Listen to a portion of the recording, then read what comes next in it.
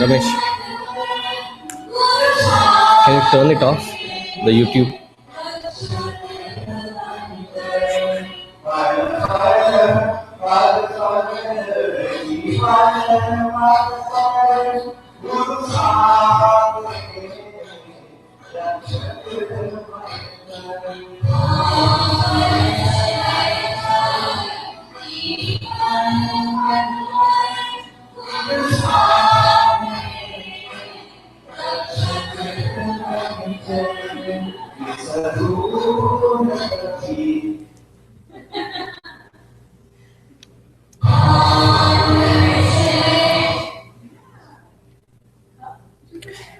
So I did stuff on the Audacity program accidentally instead of the budgeting. So do I just hit close it out and hit record again? Or? No, you can start record again. But then when I hit record, it's a budget. Oh, then cancel it and restart it. Shri Krishna.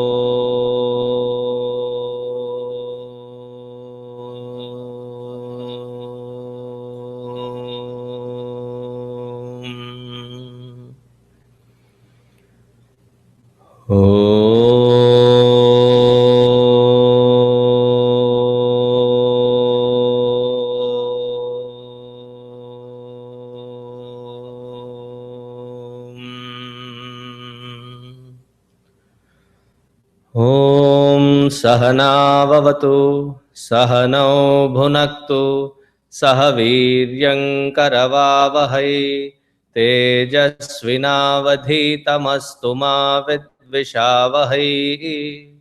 Om Shanti Shanti Shanti. Gurur Brahma Gurur Vishnu Gururdevo Maheshwaraha Gurureva Param Brahma Tasmai Shri Gurave Namaha.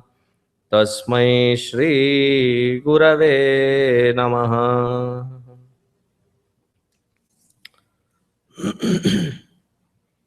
So have you memorized the shloka? Anyone? Okay, look into the book and try chanting. 1, 2, 3, start.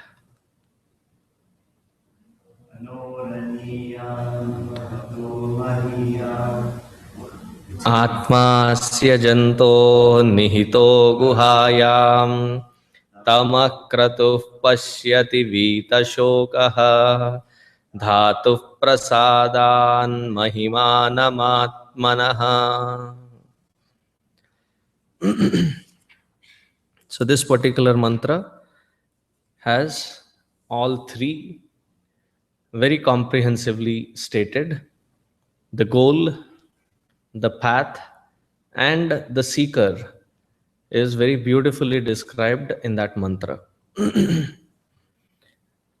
Now, how is that goal?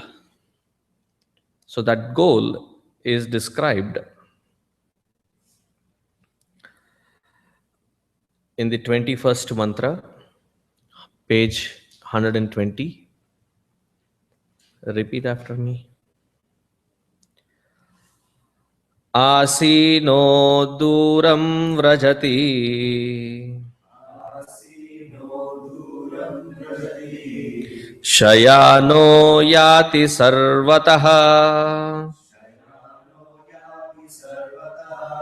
Kastam madam devam.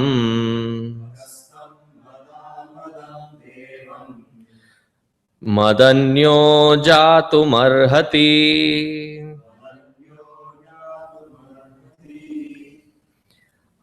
Asino duram vrajati. Asinaha is being stationary, sitting. Duram vrajati goes to the farthest corners. Shayanaha yati sarvataha. While lying down, goes all over the place. Kastam madamadam, kastam madam amadam. Now, who other than myself can comprehend, can understand what is to be enjoyed and what is not to be enjoyed? And this particular mantra is typically a very loaded one with all its intricate language. The pairs of opposites are brought in here to whip the intellect to come out of its slumber and think. Asinaha duram vrajati. Where is this pure consciousness, the goal? It is right here. In the last mantra, we saw that it is guhayam. Guha meaning in the cave of the heart. That pure consciousness is verily my own self, my own existential reality. So, where is the goal? Right here. But then, as if empowered by this pure consciousness, it revels, it runs around all over the place. See, sometimes sitting from the stage, when I look at the audience, looking at their eyes and the physical description, you can very clearly know if that person is in here or out there. Physically is here, but mentally we keep running all over the place. Like, how many times has it not happened that you have left your house and you're on your way and suddenly you realize, did I lock the door? Did I turn the stove off? And once that thought starts, you're here, but where is your mind? It's running all over the place. If you have had some meeting or some presentation, and the entire wing or entire team is looking up to you for the presentation, and if your presentation goes well, you crack the contract. It's a multi-million-dollar project. So the pressure is so high. Can you sleep well?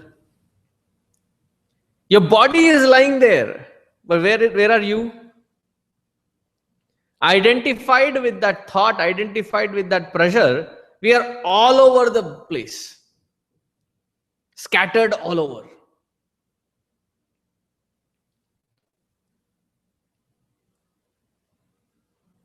They say that, it is the place, it is the house, it is the environment that is having this influence. There is nothing wrong with this world.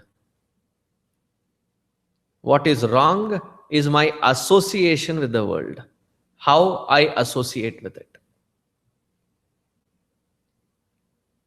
Though that which I am seeking is right here, but it appears very far. So once Gurudev was asked, how far is God realization? And can you give us a quantum, can you give us in some kind of a quantified understanding? Like do this for 30 days. Realization is that far away. Walk 3,000 miles, it's that far away. Spend sleepless nights for a fortnight, and there you find realization, some quantified amount. And Gurudev, in his unique style, said, God is that far away as far as is the dreamer from waking.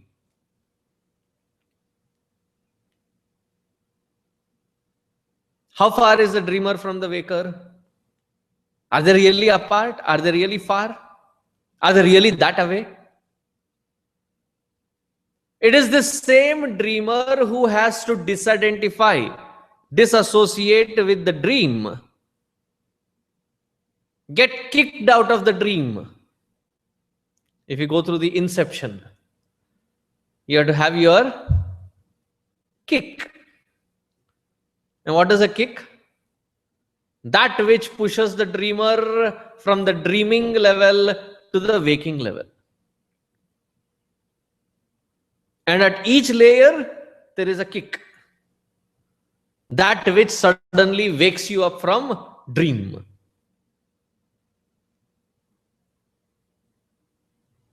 And what is the totem to say that you are dreaming or waking? The consciousness to be aware of my present moment. How far is that from the dreamer? As long as we are in the dream, it seems very real. The running is real. You see some sweets and your mouth salivating is real. A tiger is chasing and you are running. And you thought that you have taken the perfect turn to avoid the tiger, only to understand that it is a valley and it's a dead end. It's dead and it comes to an end. And then you suddenly remember all the training that you have in your Yap batch and your Balavihar, and then suddenly it all kicks in, and then you say, Trambakam yajamahe sugandhim pushtivardhanam urvarukame vandana mrityormukshiyam amritaat. The tiger also seems to be well trained. It's your own mind, right? So the tiger immediately scoops up a little water from the little puddle there and starts chanting, Brahmarpanam Brahma Vihi Brahmagno Brahmana Hutam. And suddenly you trip and fall. From where? From your bed. And when you look at yourself, you're sweating. It was that real. But how far is the waker from the dream? Are they really apart to be that far? But it appears that far.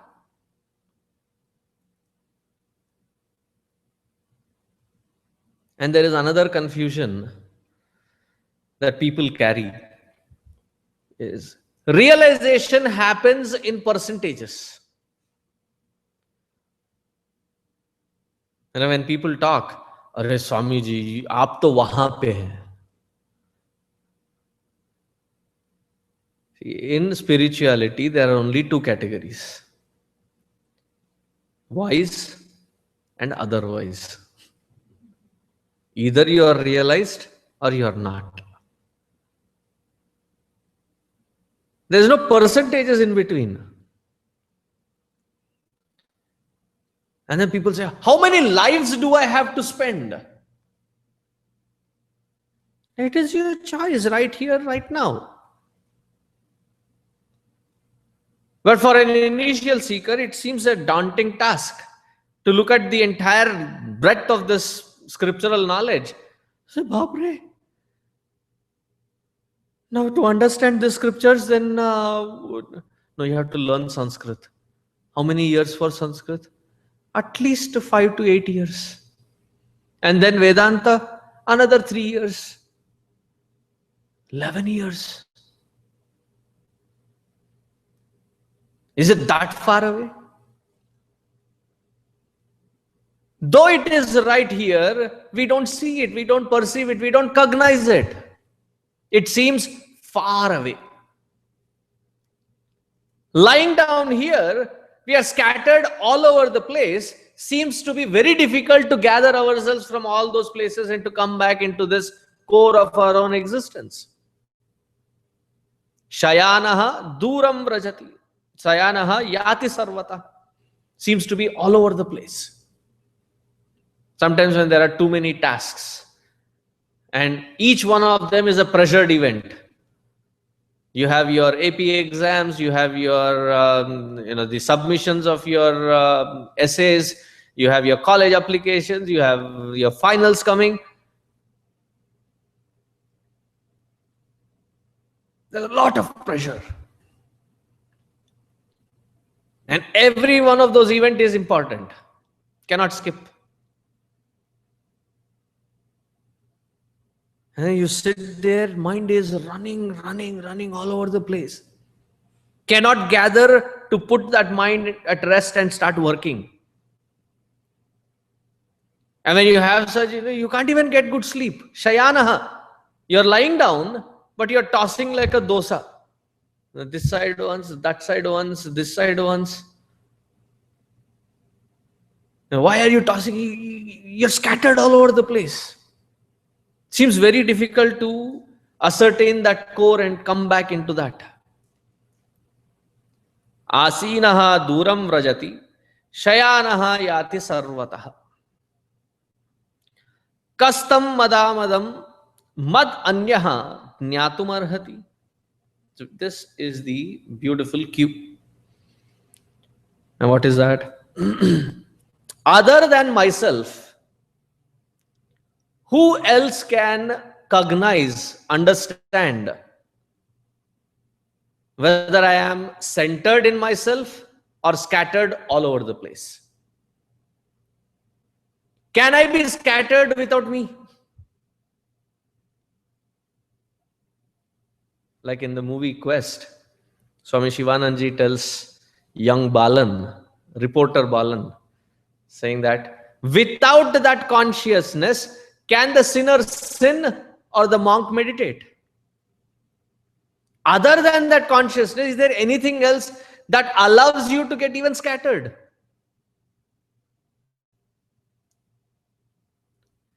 The very fact that I recognize myself to be scattered, is that cognition possible without that consciousness?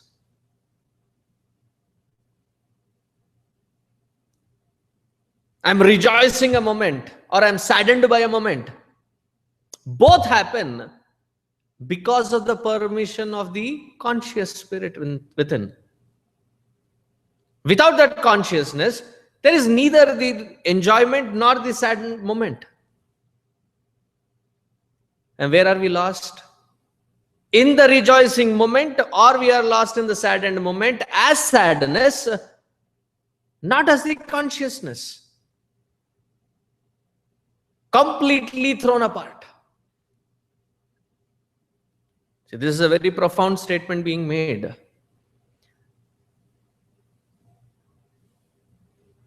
Our life's purpose is not to limit ourselves as a goal to be good.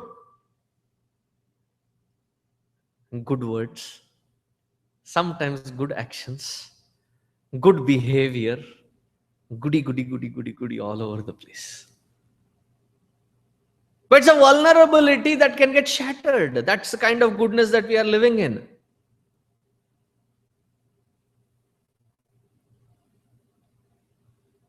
Those who are in bad, they're anyway shattered. Those who are in good are also equally vulnerable and shattered because they're trying to protect that goodness. There's so many things that can take away, snatch away that goodness. Neither goodness nor badness is your swarupa, is your nature. What is nature? Our nature is of that cognition, because of which both the experiences are cognized. Now, from that standpoint, you rejoice the moment. There is fun in it, there is trupti in it, there is satisfaction in it. There is no craving. You go through sadness and you go through it completely. That when you are out of it, there is no more lingering aspect of it.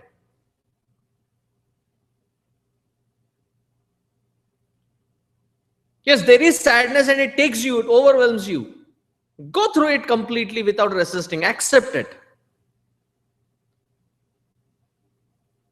Having accepted it, it immediately provides the environment for you to snap out of it and watch it.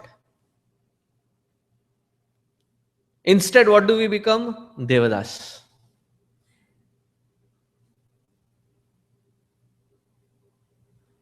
And we find spirituality in bottled spirits.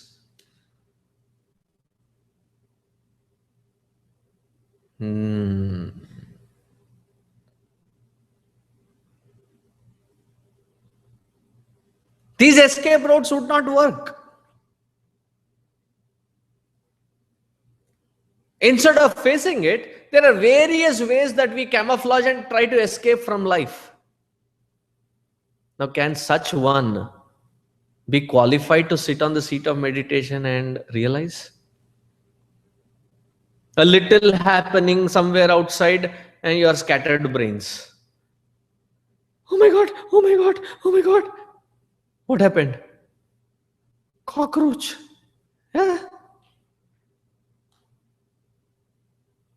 You're 10,000 times bigger than it. It should be scared seeing you. I don't know, I'm in such a situation. Constantly tossed with our own experiences because we are trying to avoid bad and trying to ascertain good. Both goodness and badness, that which we rejoice and that which we do not want to rejoice or do not want to experience, both of them are equally an experience alone. You are the one who are observing it. You are the one who are giving validity to that experience to happen. Who other than me can give that permission to that experience to have an impact? And it's not that we don't practice it. We go through courses after courses of Vedanta. And yet, how many days does that have an impact? After the camp, we are supercharged. Awesome feeling. You get into the flight, come back home. Responsibility is staring, and all that which is learnt is tossed away. Again, we go for another course. And again, awesome. That's one of the most frequently asked favorite questions in such spiritual environments. Why is it that I feel so inspired at that moment and later fall back to my own atrocious patterns? Why do I land back on the square one? Very simple, that it is not a square. It is round. You start and you come back there. You're trapped in that. Can the entrapment happen if I do not consciously permit that experience to have an impact?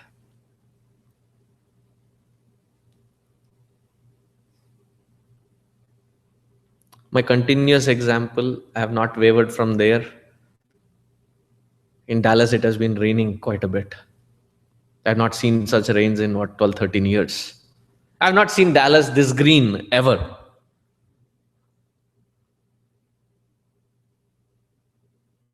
It's raining. But to get wet in that rain or not, isn't it my choice?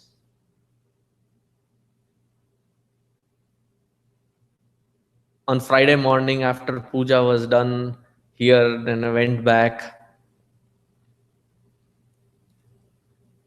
and did some work, and it started drizzling.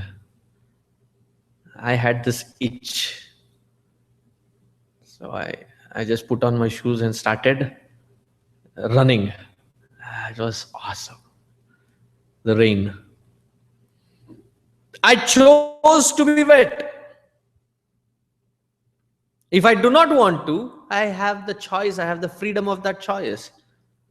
Mat anyaha gnyatum arhati. Is there anybody other than me who can force me to be where I am? And that thought, that understanding, that clarity is sufficient to pull us out of any tossing moment. Am I the one being tossed, or am I the one who is observing the tossing experience?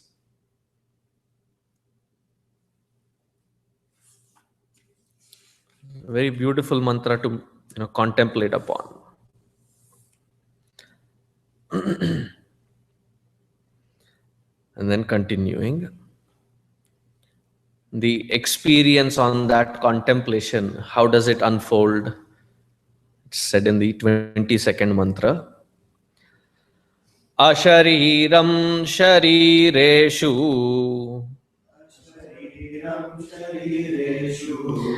anavastheshvavasthitam mahantam vibhumatmanam matva dhiro na shochati.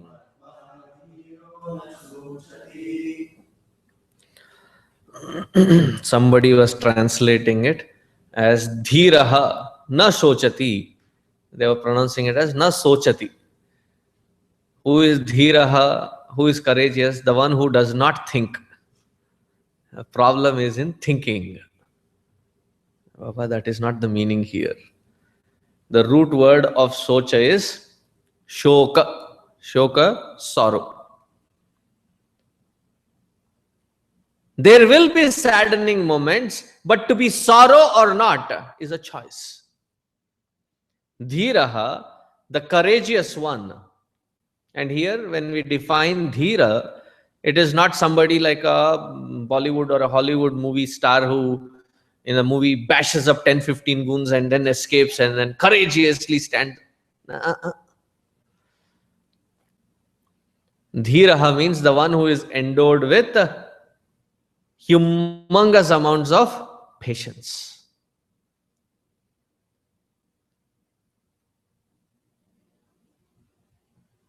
You have to have the burning desire to achieve it today. But while processing it, to have patience to wait on it.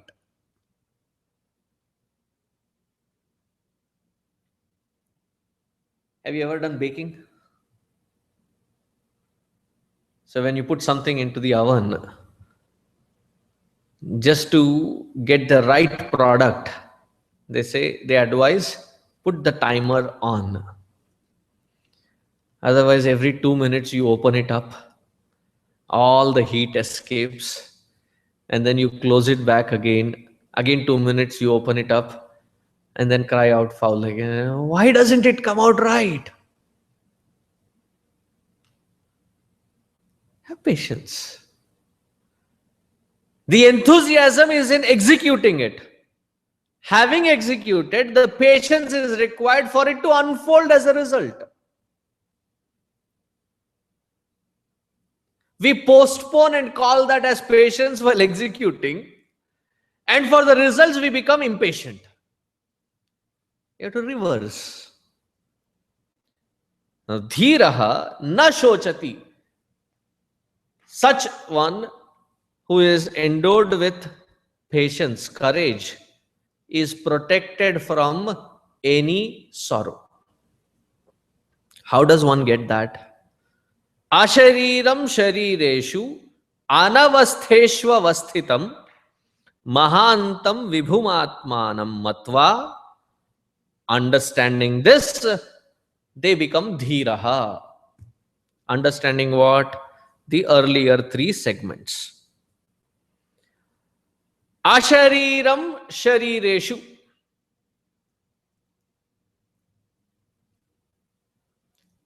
Can you spend a day without seeing? Is it a possibility?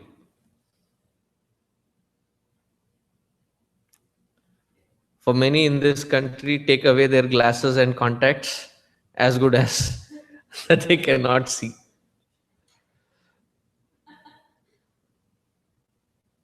You know, Sridhar, right? I took his glasses out.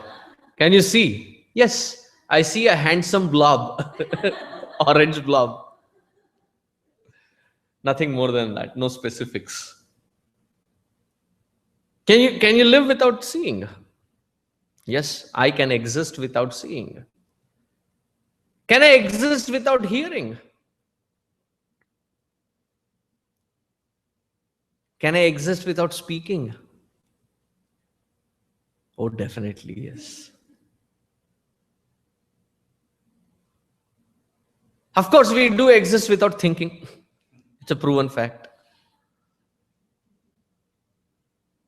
Remember, we did that experiment wherein we tied down the prominent hand and used the other hand, closed the eyes, blocked the nostrils with garlic, shut the ears. Remember? And then we had to eat, experience. All these organs of perception and action, the body, I function through them. But I, the consciousness, is not the body. Ashariram sharireshu. That's a beautiful trick to apply when you have migraine. I am not this head which has the ache. One needs a lot of courage to do it. And you're focusing on the wrong aspect, you're focusing on the head rather than the consciousness, then the headache will increase.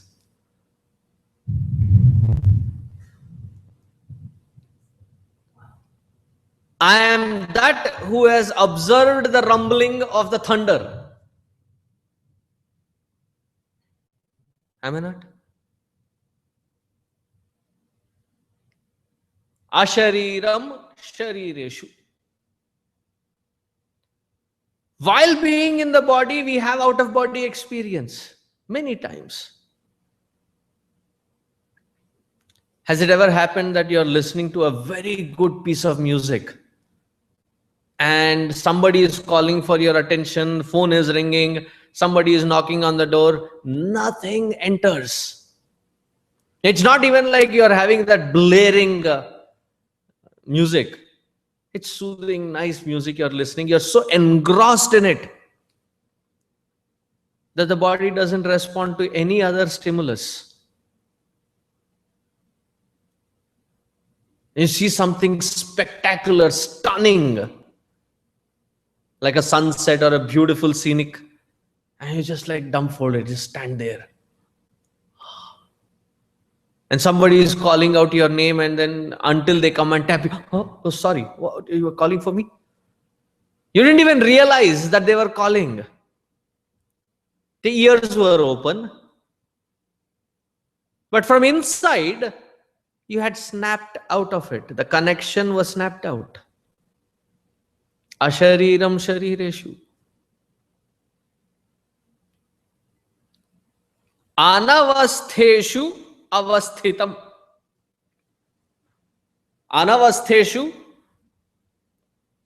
all the perishable ones, all that which is impermanent. If we can develop this attitude, we are not bothered by petty little things in life. Oh, this mat, or this chair, material perishes, isn't it? To find a solution for it is one thing. To be bogged down, bothered by it is another thing.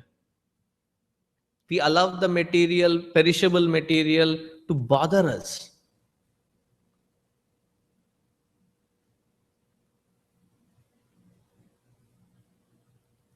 Now imagine if suddenly some alien force comes and all the vehicles in US suddenly disappear.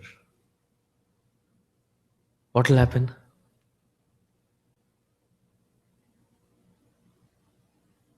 Do you keep sulking and I don't know what this is so bad, or okay, if there's not car, I still have my legs, I can walk around.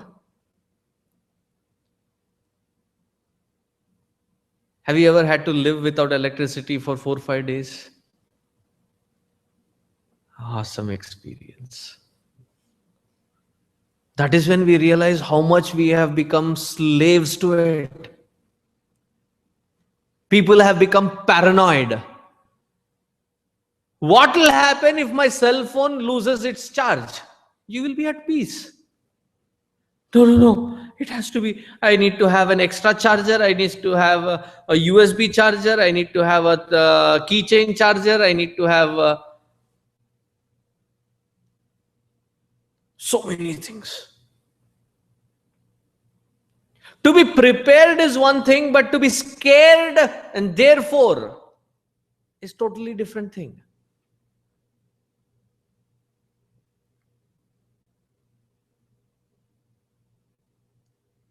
Once we were, I come from a very traditional Orthodox family. And once a year for the ancestors, we perform Shraddha. And that day, whatever is cooked from morning, all the aroma, all the smells are pervading everywhere. But you're not supposed to touch anything until that offering is done and the priests have been fed. By then, the stomach is growling. And we had this Panditji who would come, and his habit was that he would come late. 10:30, 11 is usually 12:31. And then perform the puja for 2.5 hours. Then at 4 o'clock is actual lunch happening. And it's their elaborate lunch with all the banana leaf and 6-7 courses.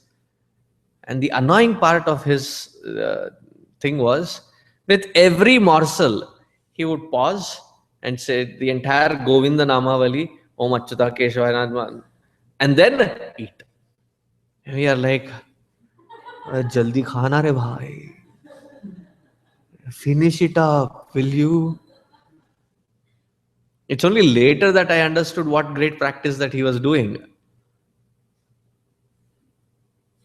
And one day, whatever food that was cooked, we are not supposed to taste it, before the offering is done, before the priest is.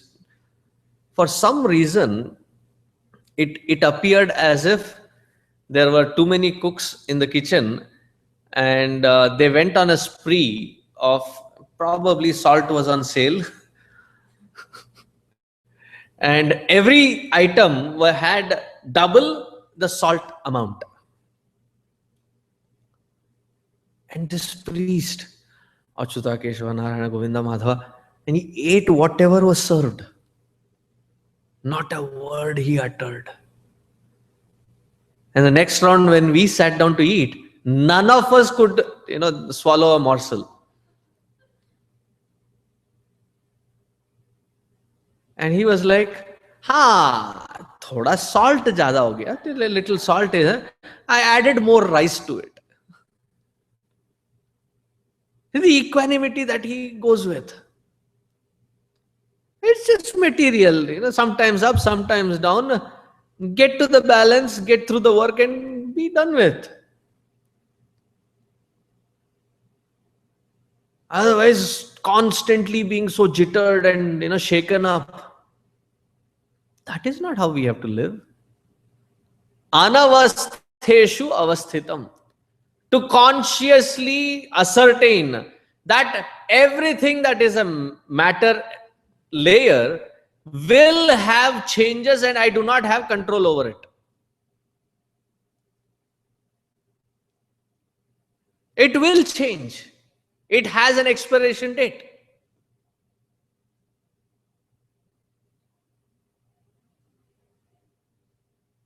And to be tossed around because the matter changes. You are not matter. You are that consciousness who is seeing, observing the matter. Let the matter toss. And once you learn that the matter changes, you will learn how to toss along with it, not impacted by the toss. What is that thing that we went, the jumping thing? Urban air, the trampoline thing, right? Once you know that that is the material, you acclimatize to that and then walk accordingly. You cannot take the same stride and start walking. You'll fall. It's a different environment. There you need to use intelligently gravity. You don't need to put the effort to jump. Gravity does that. All that you have to do is provide direction to that momentum that is gained through that gravity. Adjust, adapt, acclimatize.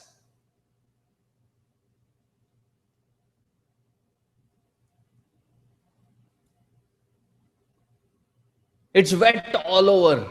What do? You cannot put the the rubber padding or leather all over the place. Put it on your feet and then walk. Learn how to live in that matter and not be consumed by that matter. That is when they can say, matter doesn't matter. Anavastheshu avasthitam. And who is that cognizing consciousness? Mahantam vibhum atmanam. Mahantam, it is this consciousness who is greater than the greatest. Anoraniyan mahato mahiyan. Vibhum. Vibhum, pervading all over. Whatever are our experiences, I, the consciousness, have I not pervaded those experiences?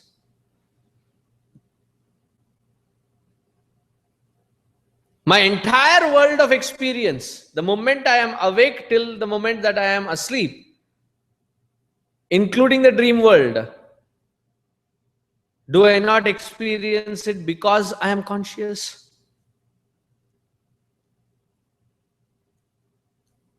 Including the sleep, I am conscious about it. That is why when I wake up, I know that I was asleep. What happened? Vedanta class happened. How do you feel? Fresh. How do you know that you slept? That also is cognized. Pervading through all layers of experience. Mahantam vibhum. Now imagine the strength of this thought. I am not the matter. I am not the perishing world. I am not the constantly changing mind and intellect. I am that who is enabling that mind and intellect to interact with the changing, perishable universe. There's nothing wrong with interacting with the world. But to know that it is perishable and that there is a limitation to that perishing experience, knowing that, aware of that, functioning through it. But then this Vedanta, sometimes when not digested, we apply it in a wrong way.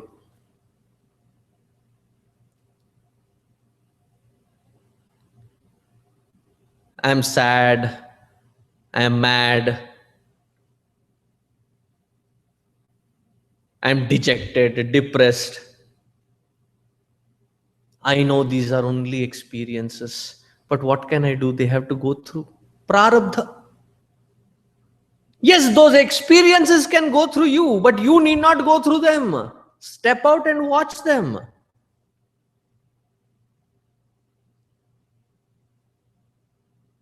Think. They can go through you because it is your prarabdha, but you need not get impacted and go through them.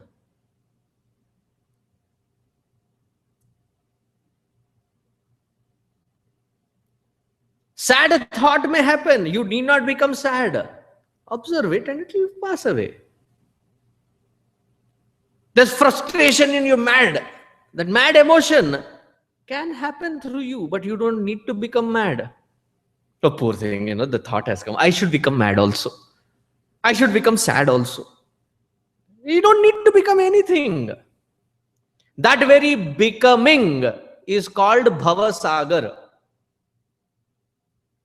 the ocean of samsara. Mahantam Vibhumatmanam. Once these three are understood, what is one?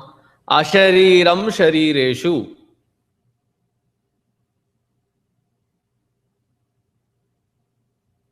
God is not in me.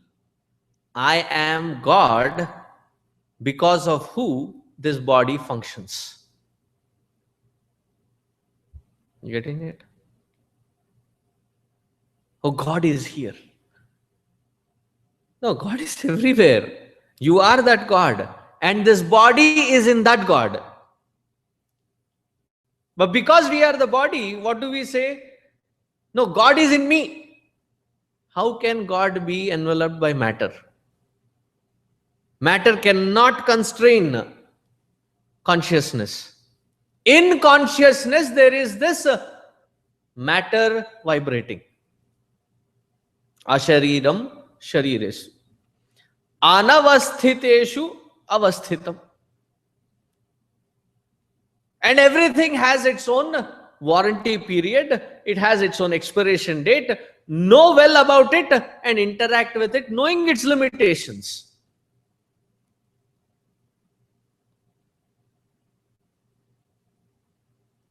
There's no point being scared of it. It's after all matter. How bad can it be?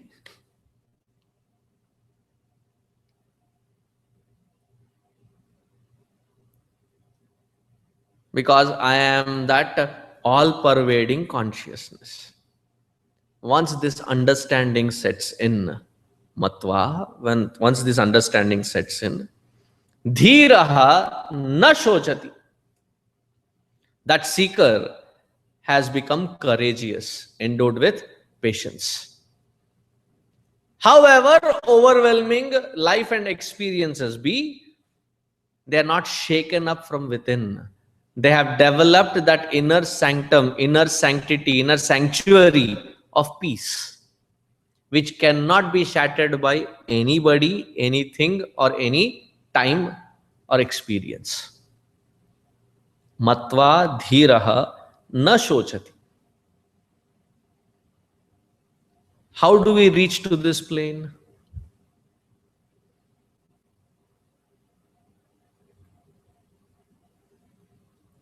Can coming to such pravachan take us to such plane? There are many out there in the market, they say, attend this thing and you'll start. The moment somebody says that, understand they are not out of, they are for growth of their own purse and wallets and not of yours. It's a business for them. There's somebody who was announcing or advertising here in Dallas that it is a 3-day camp. It's $1,500, and on the third day you are promised to be levitating.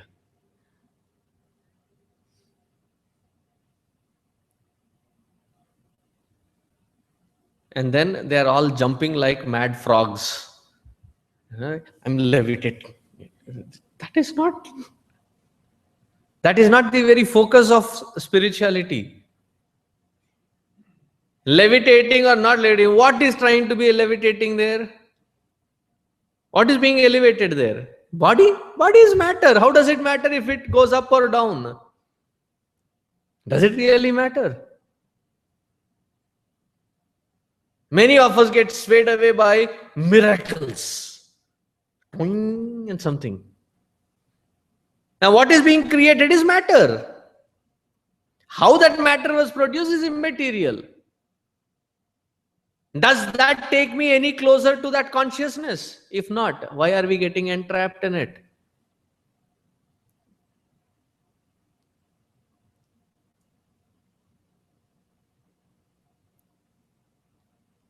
Oh, this Baba suddenly produces a lot of haldi, kumkum and vibhuti. Can he produce vegetables?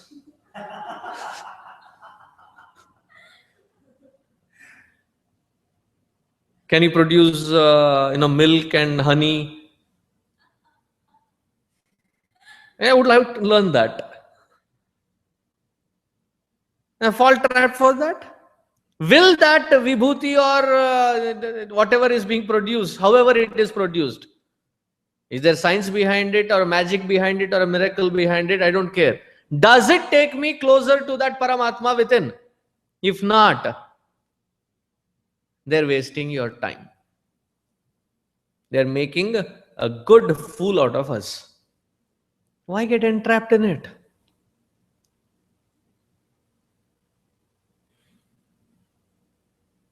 Listening to this, we still get entrapped to it. Oh, you should come, there is a lot of, what do I have to do with it? Does it take me to the core of my existence?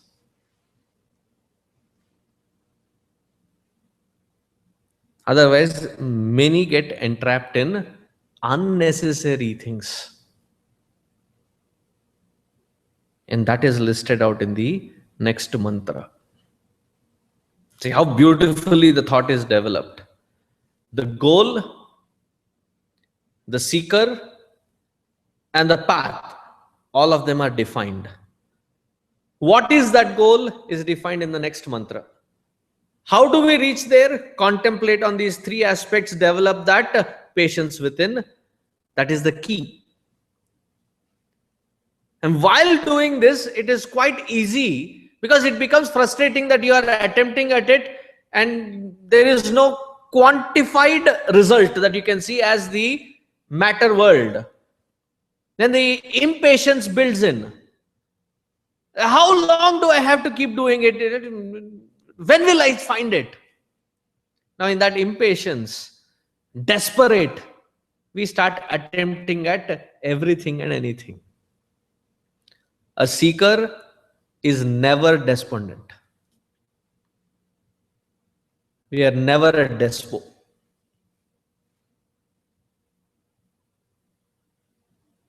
Because the courage, the patience built in is based on that understanding that that which takes me to that consciousness within alone matters. Rest, they are just happenings. Oh, do you really think, Swamiji, that there are miracles? There are ghosts and ghostbusters? That chatter, does it take you closer to consciousness? No, drop it.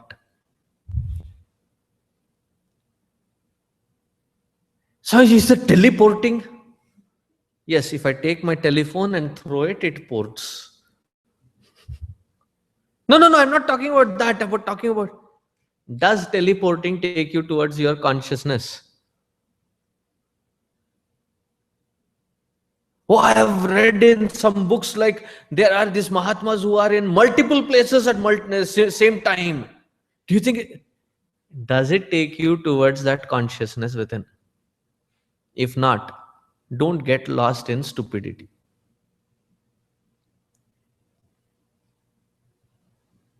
I'll end with one thought. There was one student of Paramahamsa Ramakrishna Paramahamsa, and he was one of such who wanted tangible results. And he started pestering, and Ramakrishna Paramahamsa used to tell him about sadhana, japa, discipline. He didn't like it, so he quit. So Ramakrishna Paramahamsa used to always say that give up, give up. So he gave up the path, disappeared. After 14 long years, he found Ramakrishna Paramahamsa one day taking bath in Ganges, in Gangaji. And then he says, you know what? Do you remember me? I said, how can I forget you? And then he started walking on water. See? I said, how many years did you spend in learning this? I said, 14 years. He said, if you spend half anna, the ferryman will take you from this side to that side. For that you wasted 14 years. Is it really worth wasting time for such things? So don't get entrapped in such stupidities. So what are the things that have not to be entrapped in? This is a very brave mantra for the Upanishad. And what is the first thing there? Na pravachanena labhya. Through discourses you will not get it. How much courage does the scripture need to have? Yamadharmaraja needs to have to say to Nachiketa that this discourse does not ensure that you will reach to that Paramatma. Is there any scripture out there of any other religion which can claim that the scripture cannot guarantee you to take you to that supreme? In fact, it is the other way around. It is this scripture alone, keep hanging on to it. If you take support of anything else, you are doomed for eternal hell. Here is a different. It requires courage to do that. So this mantra we will see next week. Next week I should be in Harlesville, near Philadelphia. Let me see if I can find connection. I'll keep you informed. And based on that, we'll have the lecture. Om Purnamadaha Purnamidam Purnat Purnamudachyate Purnasya Purnamadaya Purnameva Vasishyate. Om Shanti Shanti. Harihi Om Shri Gurubhyo Namaha. Harihi Om.